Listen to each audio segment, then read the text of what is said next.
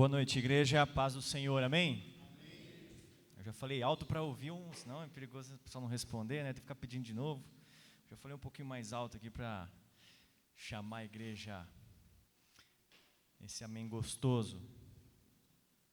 Antes da gente meditar na palavra do Senhor, a gente tem algumas bênçãos para vivenciar, e uma delas é que a nossa igreja hoje já recebeu, né, pastor Zé? Mas a nossa igreja já recebeu, mas nós queremos orar aqui, com uma família que decidiu por livre e espontânea vontade, cremos que é a vontade de Deus, de congregar conosco e vão participar como membros oficiais. É isso, né, pastor? Já recebemos no conselho. Eu quero convidar aqui o Jorge, a Helena, a Edice, não sei se pronunciei certo o nome, e a Manuela. Por favor, venha aqui à frente. Esses irmãos, a Manuela eu já conheço ela, conheci antes dos pais, porque a gente tem aula de escola dominical, e a Lavinha começou a aparecer com essa menina, e ela gostou da escola dominical. A gente tem feito umas coisas diferentes lá, né? Não muito diferente, mas ela gostou, né, Manuela? E daí, de repente, apareceu o Jorge, com a Helena, a Edice, todo mundo aqui. É uma alegria para nós, saber, né, que a gente tem vários irmãos aí que aí, ao longo do tempo aí acabaram ou não estão hoje, inclusive depois eu vou falar sobre isso, né? A gente tem vários irmãos aí que são membros da igreja, mas também tem o contrário, né? Tem aqueles que nós estamos recebendo, e isso é muito gostoso. Eu quero te convidar a ficar de pé. Nós vamos louvar o nome do Senhor agora através de uma oração, e eu quero que você junto comigo agradeça o nome do Senhor por essa bênção, e que nós tenhamos muito mais dessas, amém? Então tá bom. Senhor Deus, eu quero te agradecer aqui pela vida, Senhor Deus, do Jorge e da família dele, Pai. A gente sabe, Pai, que a opção de estar aqui é dele, da família dele. Eles escolheram congregar aqui conosco, eles escolheram, Senhor Deus, esta igreja, escolheram estar aqui nesse templo hoje, escolheram, Senhor Deus, professar o seu nome como Senhor e Salvador, e dizer que a Igreja Presbiteriana Independente de Jundiaí, a igreja a qual eles vão seguir, servir ao teu nome, Pai. Nós te agradecemos, ó Pai, isso alegra o nosso coração, saber, ó Pai, que novos irmãos estão vindo para nos fortalecer, para nos abençoar, ó Pai, e para que a tua igreja também seja bênção na vida dessa família, ó Pai. No nome do Pai, do Filho e do Espírito Santo, é que nós entregamos esse momento diante do Senhor. Agradecemos ao Senhor por essa bênção. Amém. Jorge, Helena, Manuela, Edice, sejam bem-vindos à nossa igreja. Vocês são muito bem-vindos, nós precisamos de vocês e queremos ser uma bênção na vida de vocês. Amém? A igreja pode dar uma salva de palmas para o Senhor? Amém. Muito obrigado, pode sentar. Glória a Deus. Eu quero te convidar, antes disso tem mais uma bênção para falar. Coisas maravilhosas o Senhor tem para nós, amém? Olha só que interessante, a gente tem falado aqui sobre essa questão missionária, né? Juliana, Fernando vem falar aqui sobre uma missão especificamente da igreja, né? Não é transcultural, não é lá fora, mas é nossa igreja aqui fazendo. E a igreja tem contribuído e tem apoiado muito, né? A gente tem tido uma arrecadação média de R$ 1.200. Hoje, para a glória do Senhor, a gente tem uma arrecadação de R$ 3.083.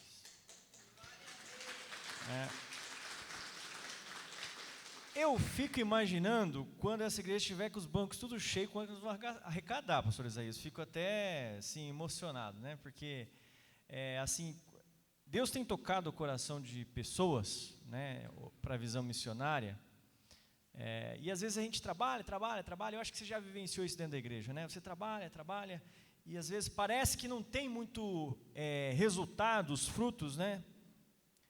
Mas é porque a gente fica colocando muito a nossa potência, o nosso desejo de fazer acontecer, e a gente esquece do poder de Deus, não é verdade? Então, eu fico muito feliz por isso. Eu desejo de coração que todos vocês que optam por fazer essa oferta a mais, né? Porque a gente já faz a gente já entrega o nosso dízimo, mas faz essa oferta missionária, que Deus realmente encha o teu coração de alegria, de paz, de saber que você está contribuindo para a obra missionária. Amém? Quero só, antes de propriamente ler a palavra de Deus com vocês, mencionar que ontem o conselho da igreja, todo o conselho da igreja, esteve reunido durante o dia inteiro no condomínio do nosso irmão presbítero Narciso, e a gente tinha um único objetivo lá, que era sonhar a nossa igreja para o ano de 2020. E confesso para vocês que o tempo foi curto, né? Porque a gente começou a idealizar várias coisas e comentar sobre várias coisas, mas queria dizer para vocês, irmãos, que em nome de Jesus, nós vamos ter um ano de 2020 com muitas vitórias. Amém? E eu quero colocar você que está aqui nessa noite do dia 24 de novembro dentro desse projeto. Tem algum visitante aqui? A Rosângela não perguntou, né? Perguntou. Tem algum visitante? Porque às vezes eu estou colocando visitante junto, né? Não tem. Então é todo mundo mesmo, tá bom? Todo mundo que está aqui é membro. Então todos vocês estão dentro desses projetos que eu, pastor Isaías, futuro pastor Eduardo e os presbíteros da igreja estamos sonhando para a nossa igreja. E a gente quer realmente que a nossa igreja cada dia mais e mais cresça, que cada dia mais e mais ela seja uma igreja que leve o reino de Deus para as pessoas, não só lá do outro lado do mundo, como a gente já tem apoiado, orando e contribuindo, mas dentro da nossa própria igreja. Então nós vamos estar reafirmando alguns compromissos com os irmãos, e vocês vão perceber isso logo na virada do ano. Nós vamos estar com alguns projetos específicos que nós vamos ter estrategicamente, entendemos ser vontade de Deus, para que a gente possa contar muitos testemunhos e muitas bênçãos ao final do ano de 2020. Amém? A palavra de hoje que nós vamos ler já tem a ver com isso, e eu te convido a abrir a sua Bíblia comigo, lá no livro dos Atos dos Apóstolos, no capítulo 12, versículo 6 em diante. E já de antemão quero te pedir que não feche a sua Bíblia. Eu não costumo fazer esse tipo de reflexão, mas hoje faz-se necessário, que nós vamos ler pelo menos 4 textos bíblicos. 3 deles estão em Atos e um está em 2 Timóteo. Então, você vai ler comigo, e logo depois que você lê, você deixa, como provavelmente você tem um espaço aí do lado do teu banco, deixa a tua Bíblia aberta, que logo eu vou pedir para você ler ele junto comigo em outra passagem, tá certo?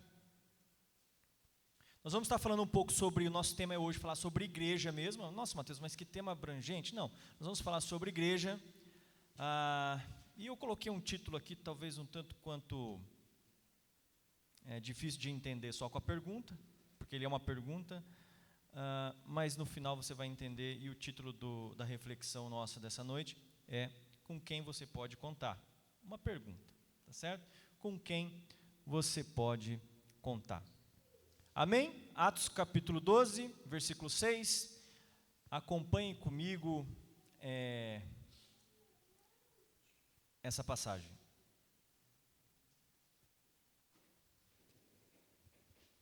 Na noite anterior ao dia em que Herodes ia apresentá-lo ao povo, Pedro dormia entre 2 soldados, preso com 2 correntes. Sentinelas junto à porta guardavam a prisão. Eis, porém, que sobreveio um anjo do Senhor e uma luz iluminou a prisão. O anjo tocou ao lado de Pedro e despertou, dizendo: levanta-se depressa. Então as correntes caíram das mãos dele, e o anjo continuou: coloque o cinto e calce as sandálias. E ele assim o fez. O anjo lhe disse mais: ponha a capa e siga-me. Então, saindo Pedro, o seguia, não sabendo que era real o que estava sendo feito pelo anjo. Ele pensava que era uma visão. Depois de terem passado a primeira e a segunda sentinela, chegaram ao portão de ferro que dava para a cidade, o qual se abriu automaticamente, e saindo, enveredaram por uma rua. E logo adiante o anjo se afastou dele. Então Pedro, caindo em si, disse: agora sei, de fato, o Senhor enviou o seu anjo e me livrou da mão de Herodes e de toda a expectativa do povo judeu. Ao se dar conta disso, Pedro resolveu ir à casa de Maria, mãe de João, também chamado Marcos, onde muitas pessoas estavam congregadas e orando. Quando ele bateu a porta da frente, uma empregada chamada Rode foi ver quem era. Reconhecendo a voz de Pedro, ficou tão alegre que nem o fez entrar, mas voltou correndo para anunciar que Pedro estava à porta. Então os outros disseram: você ficou louca. Ela, porém, persistia em afirmar que era verdade. Então disseram: é o anjo dele. Enquanto isso, Pedro continuava batendo. Quando abriram a porta, viram-no e ficaram admirados. Ele, porém, fazendo-lhes sinal com as mãos para que se calassem, contou-lhes como o Senhor o tinha tirado da prisão e acrescentou: anunciem isto a Tiago e aos irmãos. E saindo, foi para outro lugar. Quando amanheceu, houve grande alvoroço entre os soldados sobre o que teria acontecido com Pedro. Herodes, tendo procurado e não o achando, submetendo os sentinelas a interrogatório, ordenou que se aplicasse a pena de morte. E descendo da Judéia para Cesareia, Herodes passou ali algum tempo. Faça uma oração comigo, irmão. Senhor Deus, nós lemos aqui a Tua palavra e queremos entregar esse momento diante do Senhor. Essa reflexão que nós vamos fazer, ó Pai, que ela venha de encontro àquilo que a Tua igreja precisa, aquilo que eu preciso. Em nome de Jesus é que eu te peço. Amém.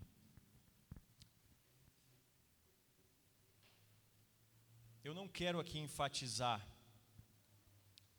o anjo e nem Pedro, mas eu quero enfatizar o momento em que Pedro escolhe ir para a casa de uma tal Maria, mãe de João Marcos. E eu quero enfatizar esse momento como um momento diferente. Quando ele diz que resolveu ir à casa de Maria, mãe de João, também chamado Marcos, onde muitas pessoas estavam congregadas e orando. E quando Pedro bate a porta, aquela empregada reconhece a voz, esquece até de falar para entrar, vai lá para dentro, o pessoal: você está louca? Falou assim: não, eu ouvi a voz de Pedro. Volta-se lá, e a hora que Pedro aparece, todos ficaram admirados. Uma pausa, e agora eu quero fazer uma introdução propriamente dito ao nosso tema.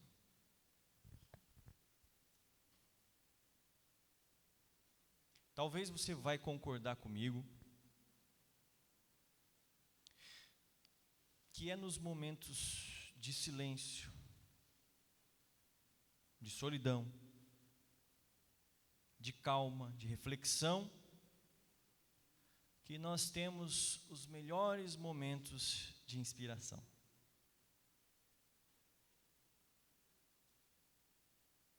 É onde que nós temos maior clareza, é onde que nós conseguimos meditar e orar, de uma forma que, de repente, as coisas que você está sonhando naquele momento sozinho, elas são até palpáveis, elas são possíveis de se realizar.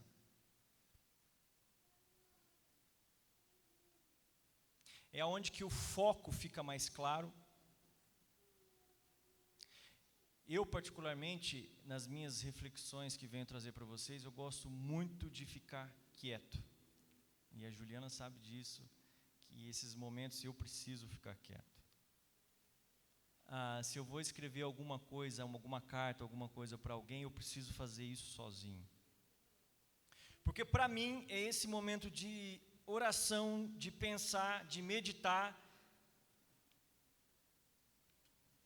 é que me inspira.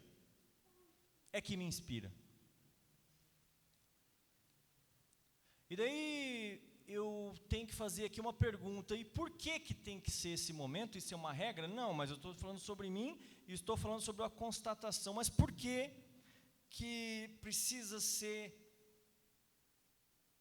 dessa forma? Sabe por quê, irmão? Eu vou dizer uma coisa para você. Porque é muito difícil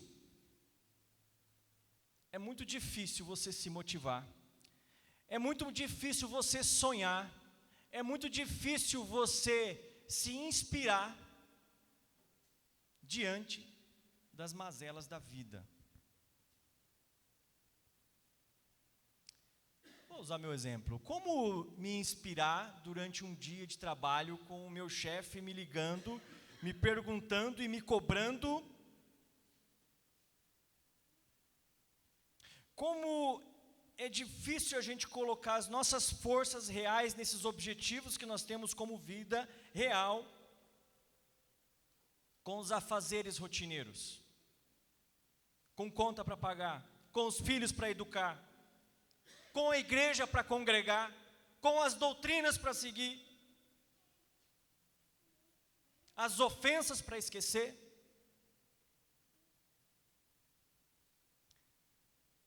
Você sabe por que existe o prelúdio? Você sabe para que existe o prelúdio? Prelúdio, o que isso tem a ver? Prelúdio, mano. Sim, a nossa igreja aqui, às 7 horas, ou às 7h05, vamos dizer assim, que nós não somos bem pontual, mas às 7h05, a nossa igreja começa com um prelúdio. Alguém canta uma música, hoje foi solado uma música. Por quê? Porque é necessário se fazer um corte. É necessário você deixar algumas mazelas do seu dia lá para fora. Porque isso vai te atrapalhar no culto a Deus. Vai te atrapalhar os teus pensamentos. Por isso que existe o prelúdio.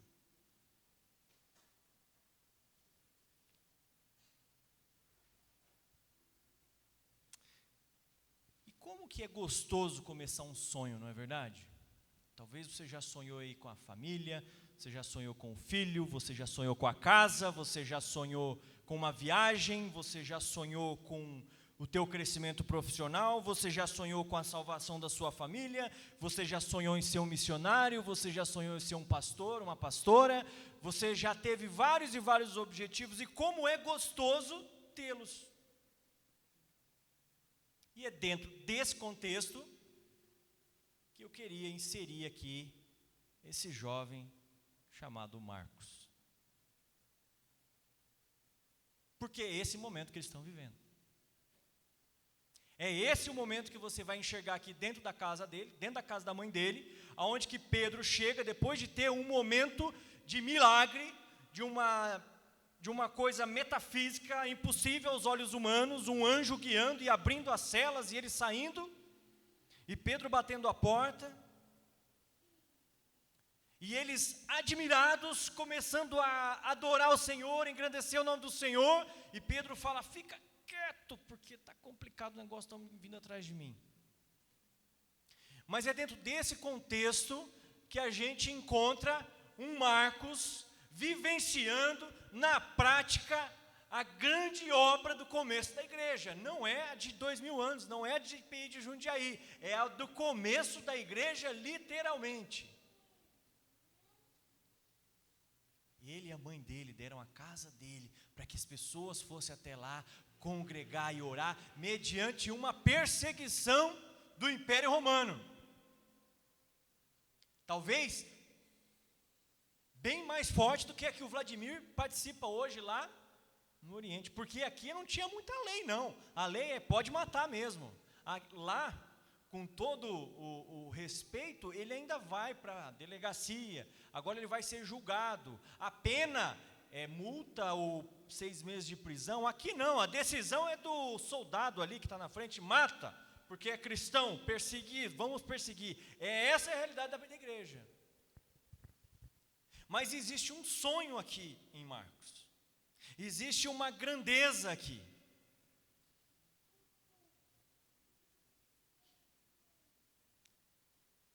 Vai comigo lá no capítulo 13, versículo 13. Só para te contextualizar, meu irmão, aqui no capítulo 13, versículo 1, olha só que interessante. Aqui no capítulo 13, versículo 1, Paulo começa, junto com o seu grande amigo e parceiro Barnabé, a sua primeira viagem missionária. Olha só que bonito. O começo da igreja, capítulo 13 de Atos dos Apóstolos. O grande apóstolo dos gentios começa aqui a trajetória dele, que chega até hoje em nós. Só que o interessante é que, se você olhar, desculpa, eu pulei, mas se você olhar o versículo 25, Barnabé e Saulo, cumprida a sua missão, voltaram-se para Jerusalém, trazendo consigo João, também chamado Marcos. Quem que Paulo e Barnabé, aqui ainda intitulado Saulo no capítulo 13, né? Quem que eles escolhem para ir com eles nessa primeira viagem missionária? Marcos, aquele jovem com a mãe dele, lá dentro de uma casa, congregando e orando. Olha só a grandeza do momento que se vive Marcos. Vamos ler o versículo 13? E navegando de Pafos, Paulo e seus companheiros viajaram a Perge, na Panfilha. João, porém, deixando-os, voltou para Jerusalém. Acabou a pilha. Acabou a pilha do Marcos. Voltou para Jerusalém. Ah, Mateus, mas você não sabe o motivo, não está escrito ali. Não, realmente, com a leitura desse versículo, você fica vendo aviso, você não consegue realmente distinguir o porquê. Mas, se você andar um pouco para frente,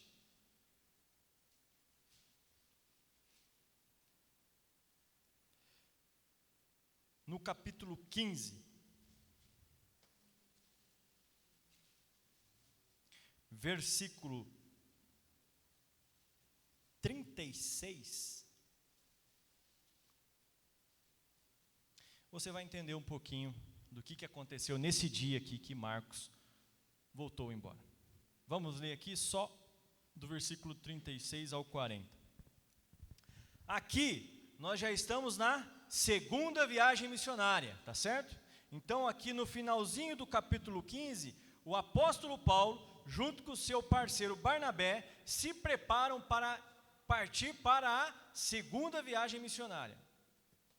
Alguns dias depois, Paulo disse a Barnabé: vamos voltar e visitar os irmãos em todas as cidades nas quais anunciamos a palavra do Senhor, para ver como estão. Ou seja, queria voltar os lugares da primeira viagem missionária para rever aqueles convertidos. Barnabé queria levar também João, chamado Marcos. Mas Paulo não achava justo levar aquele que tinha se afastado deles desde a Panfilha e não os acompanhando no trabalho. Houve tal desavença entre eles, entre Paulo e Barnabé.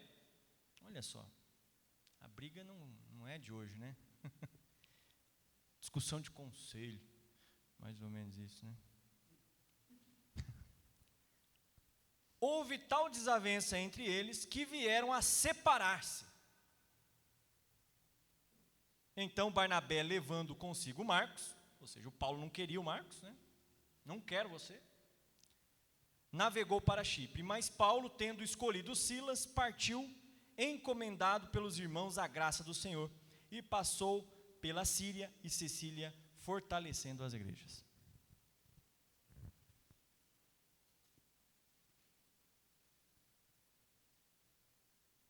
A reclamação de Paulo tinha sentido, ganha sentido agora.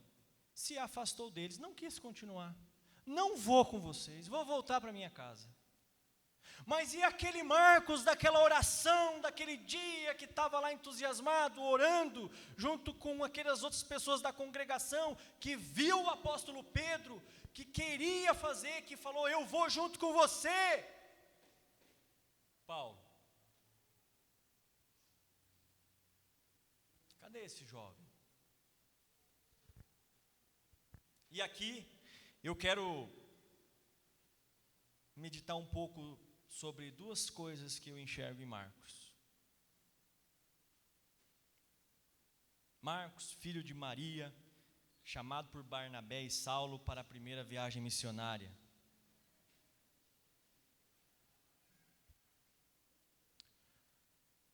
O que eu enxergo aqui na vida desse jovem, baseado nessa opção que ele fez por se afastar na primeira viagem missionária e voltar para os seus afazeres normais, ou seja, lá aquilo que ele foi, é uma volatilidade enquanto às suas prioridades. Eu já disse isso aqui num outro sermão, mas vou repetir para vocês. A palavra prioridade, ela não consegue ser colocada no plural, porque não pode ter duas prioridades, você pode ter uma prioridade. O que é a tua prioridade hoje? Teu filho, tua casa, tua família, Deus, igreja, trabalho, carro. Mas você não consegue pôr duas coisas em primeiro lugar, você consegue pôr uma. O que faz mudar as nossas prioridades, irmãos? O que faz mudar as nossas prioridades? O que fez Marcos mudar as prioridades? O que faz você mudar o caminho? O que faz? Ao meu ver, uma das coisas que faz mudar o caminho é o desejo. Você deseja uma coisa, de repente você não deseja mais ela, você começa a desejar outra coisa. E depois que você começa a desejar outra coisa, aquilo se torna uma prioridade. E o que faz você desejar? A falta de alguma coisa. O desejo nada mais é do que a falta de alguma coisa. Você deseja alguma coisa que você não tem e você busca isso, e ponto.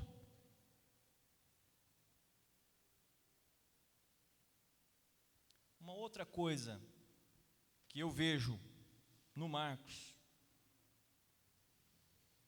são ações tomadas apenas por estímulos e não por desenvolvimento. E eu explico. Ações tomadas apenas por estímulos e não por um desenvolvimento. Eu explico. Não vai demorar o sermão não, tá, irmãos? Fica tranquilo. Você vai num congresso, ok? E lá tem um grande palestrante, um grande pastor de primeiríssima linha.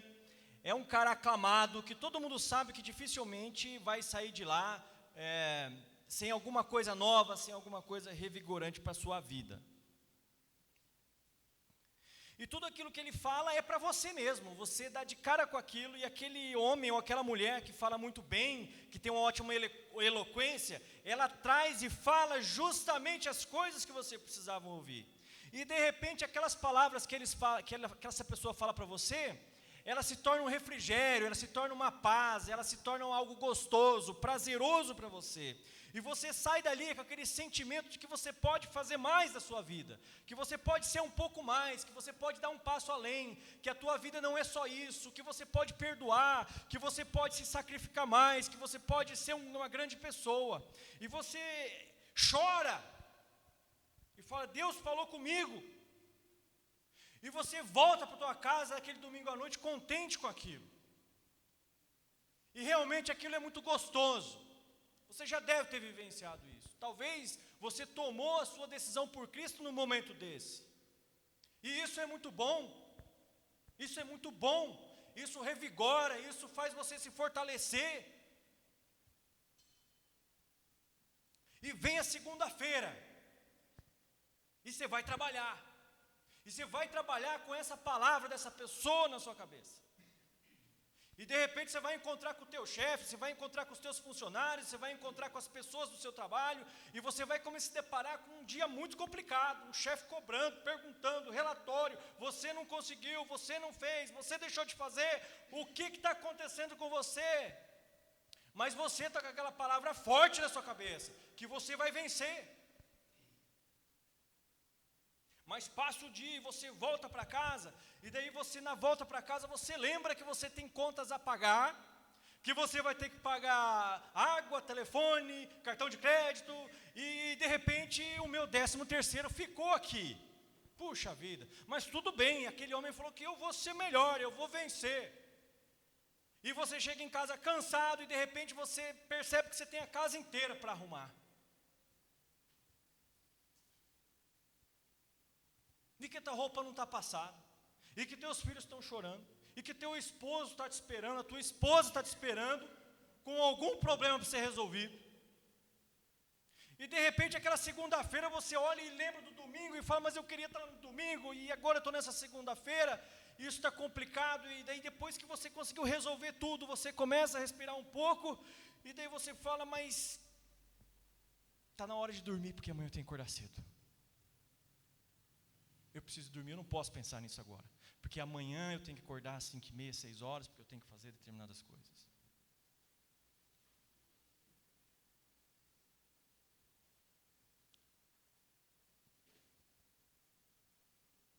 Isso que eu estou falando para vocês é uma realidade.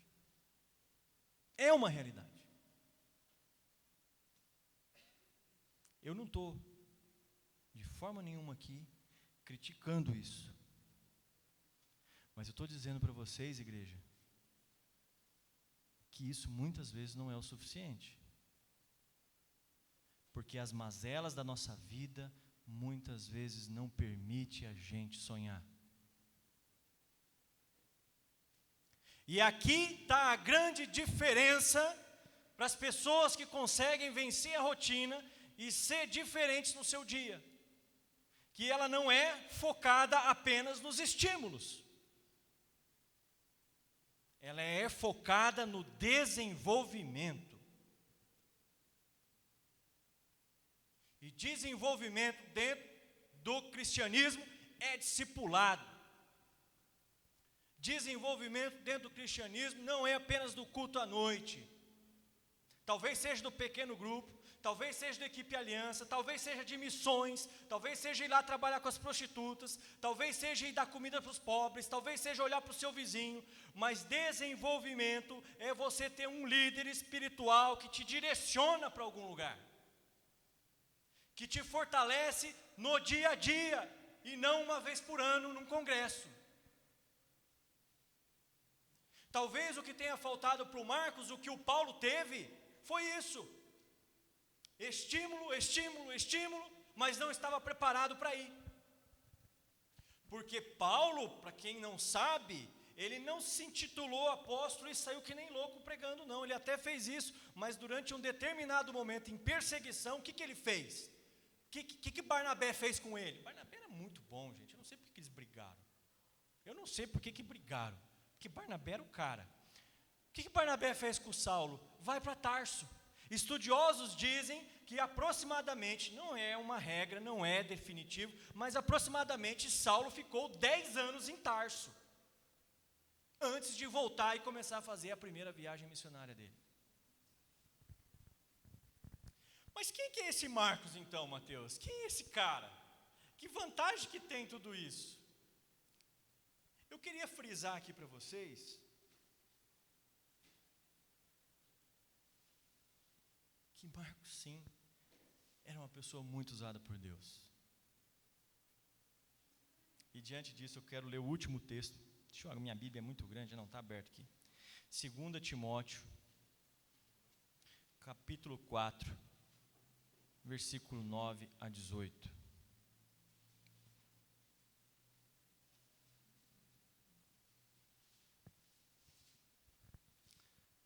2 Timóteo, capítulo 4, versículo 9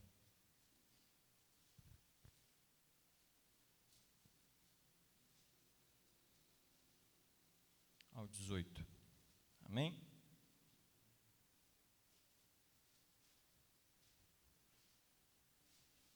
Diz assim, para te contextualizar, tá? Paulo já fez a primeira, a segunda, a terceira viagem missionária, tá nos seus últimos dias, provavelmente, tá meio acabadão, cheio de doença, abandonado.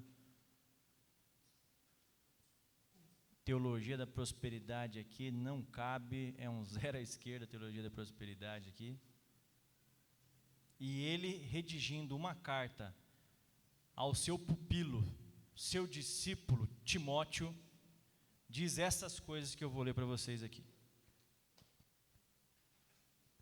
Empenhe-se por vir até aqui o mais depressa possível, porque Demas, tendo amado o presente século, me abandonou e foi para Tessalônica. Crescente foi para a Galácia. Tito foi para a Dalmácia. Somente Lucas está comigo. Encontre quem? Encontre Marcos e traga-o junto de você, pois me é útil para o ministério.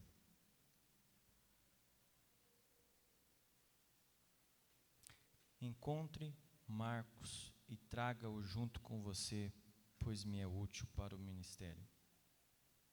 Quanto a Tíquico, mandei-o para Éfeso. Quando você vier, traga a capa que deixei em Troade, na casa de Carpo. Traga também os livros, especialmente os pergaminhos. Alexandre, o ferreiro, me causou muitos males. O Senhor dará retribuição de acordo com o que ele fez. Tome cuidado com ele também você, porque resistiu fortemente às nossas palavras. Na minha primeira defesa, ninguém foi a meu favor. Todos me abandonaram. Que isto não lhes seja posto na conta. Mas o Senhor esteve ao meu lado e me revestiu de forças, para que através de mim a pregação fosse plenamente cumprida e todos os gentios a ouvissem. E fui libertado da boca do leão. O Senhor me livrará também de toda obra maligna e me levará salvo para o seu reino celestial. A Ele, glória para todos sempre. Amém. Palavras fortes, né?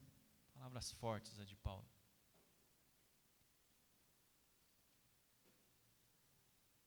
Todos abandonaram Paulo, exceto duas pessoas: Lucas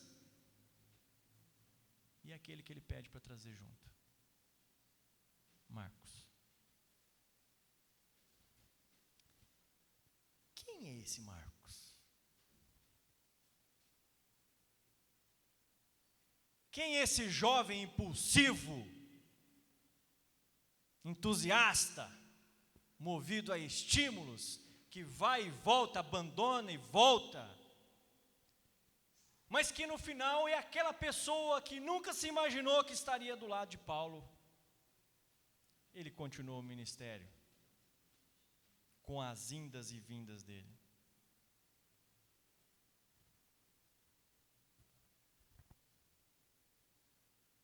A gente vive um tempo parecido nessa igreja aqui, irmãos.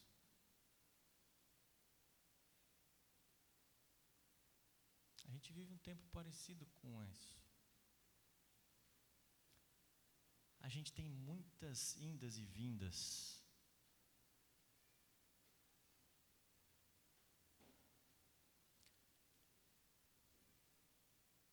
O que eu desafio a você é você entender que você tem um Deus grande o suficiente para nessas indas e vindas de qualquer irmão, fazer com que essas pessoas sejam as mais perseverantes, sejam as que mais defendem o Evangelho, sejam as que mais lutam para que o nome de Jesus não desfaleça perante o mundo que existe lá fora. Sabe por que eu falo isso? Porque eu já fui muitas vezes como Paulo. Eu já fiz muitas vezes o que Paulo fez. Não quero ficar perto dessa pessoa, porque essa pessoa desiste muito fácil. Não quero ficar perto dessa pessoa, porque essa pessoa não dá o testemunho que eu acho que ela deveria dar. Não quero ficar perto dessa pessoa porque ela é incompetente. Não quero ficar perto dessa pessoa porque ela é uma desanimada. Eu não quero ficar perto dessa pessoa porque ela não me leva para perto de Deus. Eu já fui igual ao Paulo. O Barnabé era o cara, né? O Barnabézinho, ele não era fraco.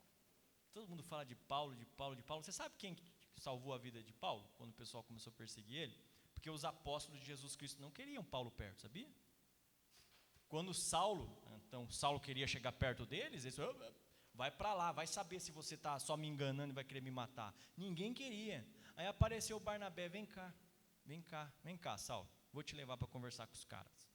Chegou lá e falou, Pedro, o cara se converteu de verdade, aceita ele aí. Barnabé era o cara. Barnabé acreditou no Marcos.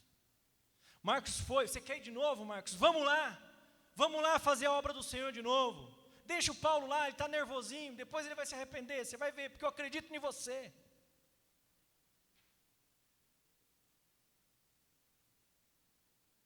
Quantas vezes nós já não fomos o Marcos? Eu já fui o Marcos. Eu já fui e já voltei.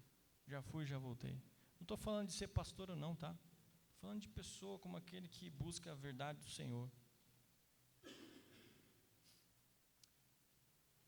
O bonito, o lindo, o maravilhoso de Deus é que Ele nunca espera a perfeição para usar os seus. Ele pode te usar, basta você querer. Basta você querer. Tomar cuidado com os estímulos, porque o estímulo é muito bom. E se fosse depender de estímulo, a nossa igreja tinha que estar lotada, né? Porque é a igreja que faz evento, não é verdade? É aliança, é missões, é acampa dentro, é acampamento de jovens de carnaval. Me ajudem. É evento de Natal. É dia dos pais, é dia das mães, é dia das crianças. Traz aqui dentro mendigo para comer aqui dentro. Vai com as prostitutas. Era para estar lotado se fosse questão de evento, não era? Trabalho do presbitério. Coordenadoria de adulto. Jovem. Louvor. Não era para estar lotado? Sabe o que é? É porque isso, ele é momentâneo. O que Deus quer é pessoas como Paulo, no sentido de se preparem para a minha obra, nem que tenha que durar 10 anos em Tarso, parado, falando de Deus, para um lugar pequeno, isolado, estudando, fazendo tua estratégia, e depois venha fortalecido e vá até o fim, e vá até a morte, não para defender esse templo, não para defender a IPI de Jundiaí, não para defender a IPI do Brasil, mas para defender o nome daquele que é o único responsável por você dizer eu tenho a vida eterna, que é Jesus Cristo.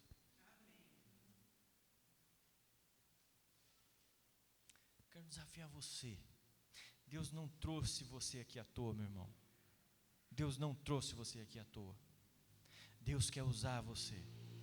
E Ele está falando através da palavra dEle hoje, que Ele pode te usar assim, independente daquilo que você já fez, independente das tuas indas e vindas. Deus quer pessoas que estejam dispostas a pagar um preço, de ir até o final pelo nome dEle. Isso é missão de Deus, que eu acredito. Qualquer coisa fora disso aí, que não esteja relacionado a esse sacrifício pessoal para com a pessoa de Jesus Cristo, para mim, não é cristianismo. A Abaixe sua cabeça. Quero pedir o grupo de louvor para vir até aqui. E eu quero fazer uma oração com vocês. Dá para a gente cantar alguma música, Eduardo? Não tenho nenhuma na minha cabeça, mas só para a gente louvar o Senhor aqui nesse encerramento. E eu queria que você baixasse um pouco, fechasse teu olho, porque esse fechar o do olho não tem nada a ver com certo e errado, mas tem a ver com você, com Deus. E se você ficar olhando aqui para o Eduardo, conversando com a Fernanda, talvez você não vai conseguir orar. Fala com Deus agora e pede a Ele: Senhor Deus, o que falta, né, para mim, para eu vencer as rotinas do dia, para eu vencer as mazelas do dia, e eu olhar para Ti como o Senhor merece, olhar para o Senhor como o Senhor merece, olhar para mim mesmo como eu mereço, olhar para os meus sonhos e não deixar com que as coisas do dia tirem de mim aquilo que o Senhor tem para mim. Senhor Jesus, nós estamos aqui no Teu templo reunidos para cultuar e engrandecer o Teu nome.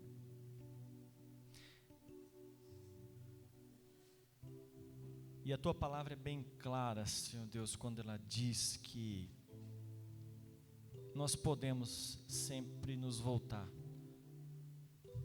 nós podemos nos arrepender, nós podemos olhar para o Senhor de forma diferente, nós podemos ser marcos na vida das pessoas, Pai.